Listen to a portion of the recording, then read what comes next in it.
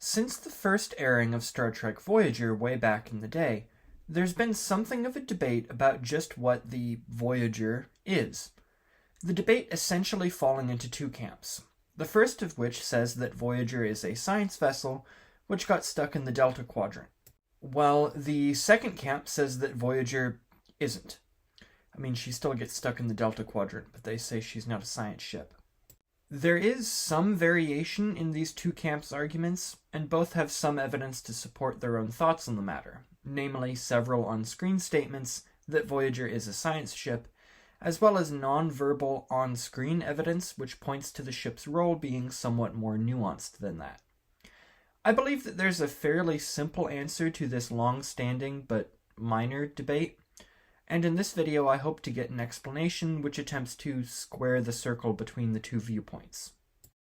The root of this issue revolves around statements made in the show that Voyager is a science vessel, giving the impression that the ship is lightly armed and not at all combat-focused, which is fine in concept, though this is immediately and fairly heavily contradicted by what the ship does. Voyager has a seemingly endlessly deep magazine of photon torpedoes, is capable of dealing a lot of damage to opponents, and has very strong shields, and seems to not have a large number of either dedicated scientists or science labs aboard. You would think that if Voyager was a dedicated, pure science vessel, and that a lot of the ship's crew were scientists, that would have come up in the show fairly often. But it doesn't. When it comes to Voyager being a science vessel, we have somewhat limited evidence. Not that we have much evidence to the contrary, which makes this entire debate much more fun. We have some comments by Janeway about Voyager being a science vessel. We know that she, Janeway, comes from a background in the sciences rather than a tactical or diplomatic background like most other captains that we've seen. And we have off-screen evidence by people responsible for the show stating that Voyager was a science vessel. Given how incredibly inconsistent Voyager was during its run, and how seemingly little care the showrunners paid to internal consistency when it came to things like, how many torpedoes the ship had, where all the spare shuttles came from, what the crew complement was, and whether or not the ship experienced any shortages during its voyage, I think we can safely ignore most statements made by them about what Voyager is because they obviously didn't care themselves. So then, what evidence do we have that Voyager is not a science vessel? Well, the fact that the ship fires close to 100 photon torpedoes during the show, torpedoes which don't seem to be something that can be replicated, alone suggests that Voyager is not a science ship. We also have the ship's numerous phaser arrays, which, looking at her, she has quite a few of those, and they give her very good all-around coverage. She has robust shieldings, and perhaps most damning against the science ship claim is her speed.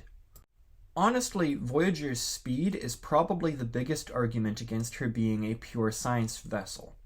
As why would a ship, which is meant to go from system to system, carefully studying all manner of stellar and planetary phenomena, need to go so fast? So you can do more science more quickly? I would assume any science vessel worth its salt would spend weeks or months at a single location conducting mountains of research before moving on. In that scenario, a ship with crazy high speed is not as valuable as you may otherwise think it would be, as this speed would not materially affect how much science the ship would be capable of doing, as in this scenario, your main bottleneck is going to be the time you spend on station conducting your research, not the time spent traveling between sites. What difference does it make if a ship can reach its next target in 3 days instead of 6, if the vessel is going to be spending a month or more at each location?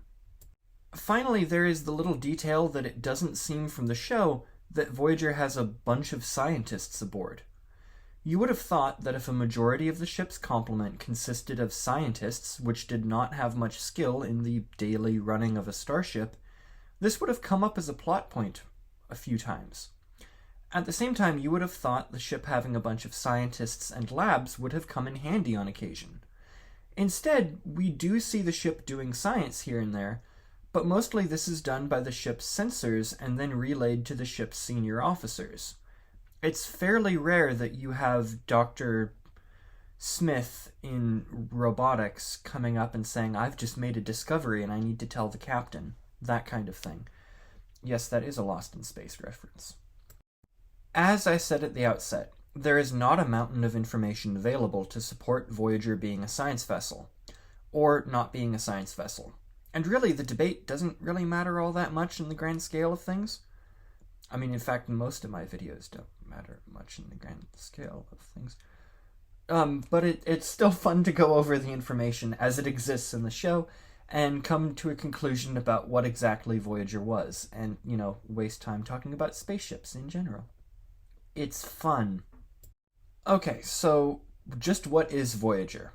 Does all of the evidence saying that she isn't a science vessel mean that she's a pure warship? Well, obviously not, and I think that we actually have a fairly easy task of taking all of the evidence into account and coming to a simple and straightforward conclusion about what kind of vessel Voyager is. Voyager is a mid-sized Starfleet cruiser. That's it. Voyager represents the middle range of Starfleet ship design in the latter half of the 24th century. Like her larger counterparts, such as the Galaxy or later Sovereign classes, Intrepid is a multi-role vessel capable of acting in a variety of roles. Multitude of roles, multiple roles.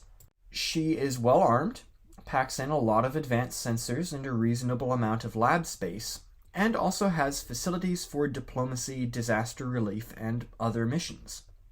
Specifically, it seems to me that Voyager, as an Intrepid-class light cruiser, is something of a successor to the earlier and failed Cheyenne class, which had been designed in the 2350s to act as a fast scout and rapid response vessel within the wider Galaxy family of ships being developed at the time.